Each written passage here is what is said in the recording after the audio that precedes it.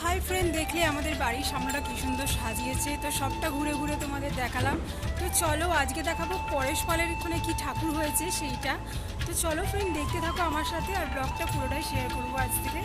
তো চলো, তো আমার সাথে থাকো। তো দেখছো এই যে আমাদের হাউসিং এর যে পূজা মণ্ডপটি, তো সেটা এখন রেডি করা হচ্ছিল আর কি সুন্দর লাইটিং দিয়ে সাজিয়েছিল, তো খুবই ভালো লাগছিল। তো এটা আমি তোমাদের পরে ব্লগ করবো। এটা হচ্ছে আমরা সবাই ক্লাস সাকলা বাগানের কাছে আর এখানে একটা ঠাকুরও চলে গেল। আর কি বলো তো, কালকে উপোস করবো, সবাই পাড়ায় থাকবো। আজকে ব্লগগুলো করে নিই।